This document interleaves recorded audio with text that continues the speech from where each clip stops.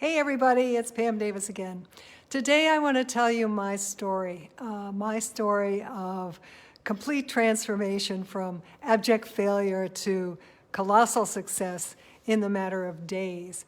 And at the end of that story, I'm going to leave you with 5 insights on what the factors were that enabled me to make this transition. So it was the 4th of July weekend, and I had $30 in my checking account, and I was down at my brother's in Irvington, Virginia, and I just felt dark, black.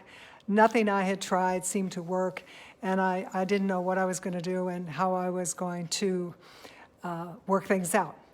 So it was just a few days later, on July 9th, a Friday, when I went to New York City and met with a senior executive with the second largest bank in the world and listened to him talk to me about his desperate need for help on creating some support for their first digital information product.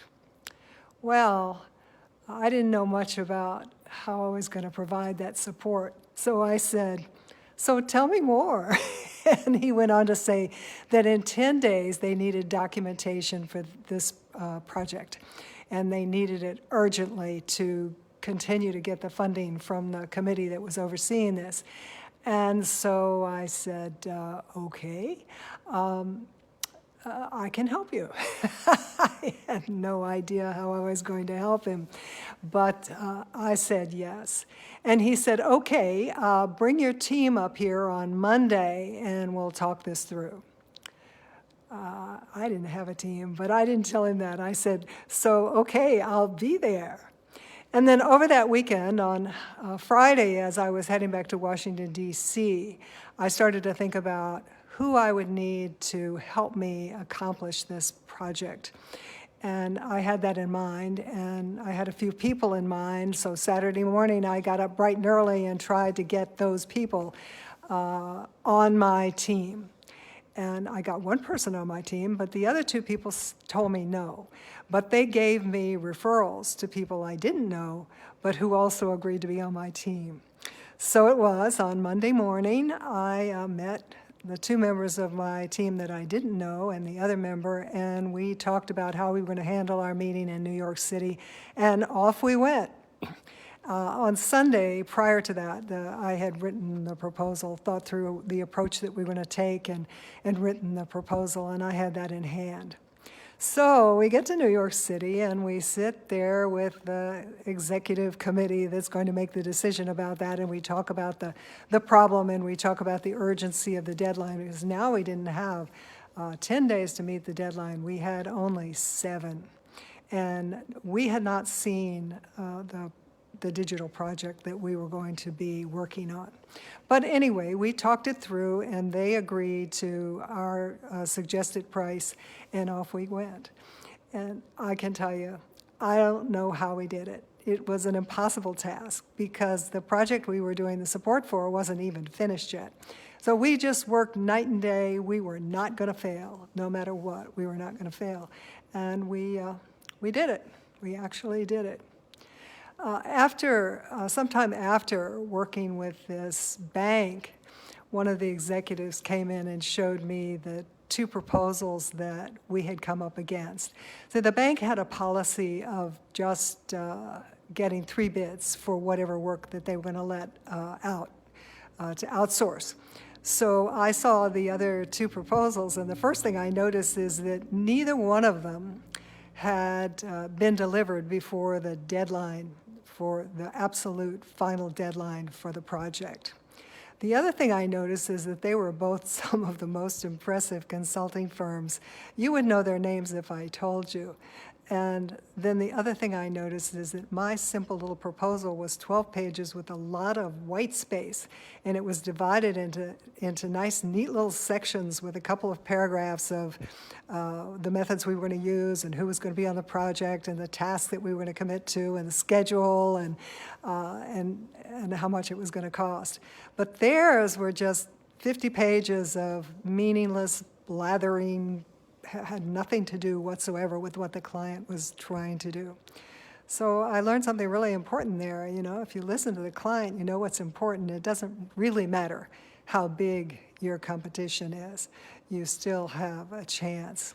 So as it turned out, this relationship that began so intensely went on for 8 years.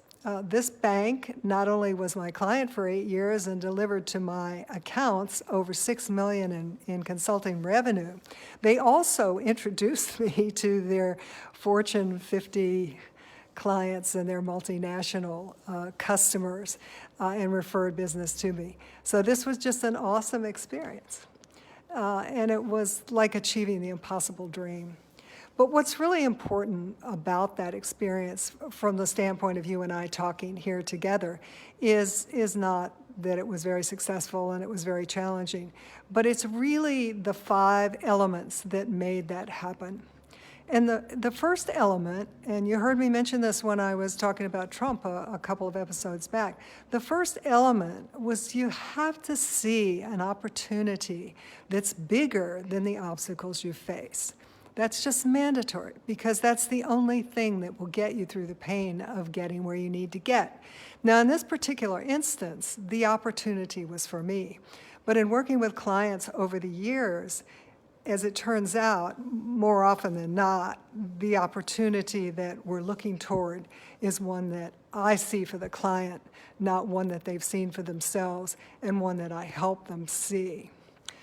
The second thing, of course, is it's very, very important to see that you understand what's important to your client. In this case, the deadline was everything.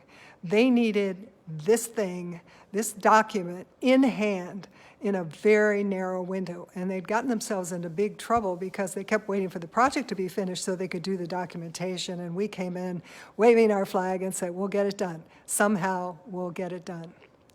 And then the third thing, and it's so distressing to me, and I work with professionals all the time, that they really miss this.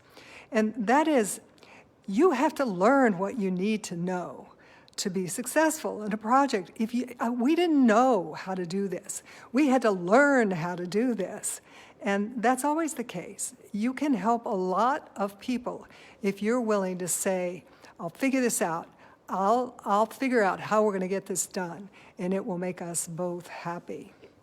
And then the next thing, and I see this not being carried out by most of my competitors, is you have to mean what you say. If you say, I'm going to do it, you have to mean that you're going to do it. And they have to believe that you are going to do it.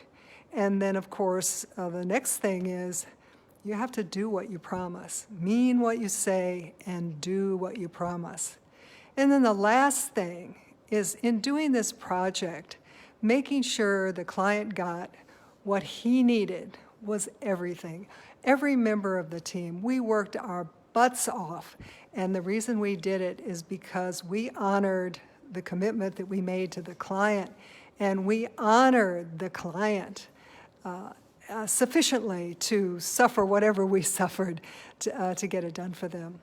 Always put the client first. Always have your first integrity to doing what you promise for the client. So that's my story. It's served me well for many years. And learning those 5 things in this experience has really guided both how I've run my own business and how I've worked with my private clients to get the results that they want. So that's it for today. Look for me again tomorrow. I'll have another topic. And see you then. Let's see how I figure this, closing this out.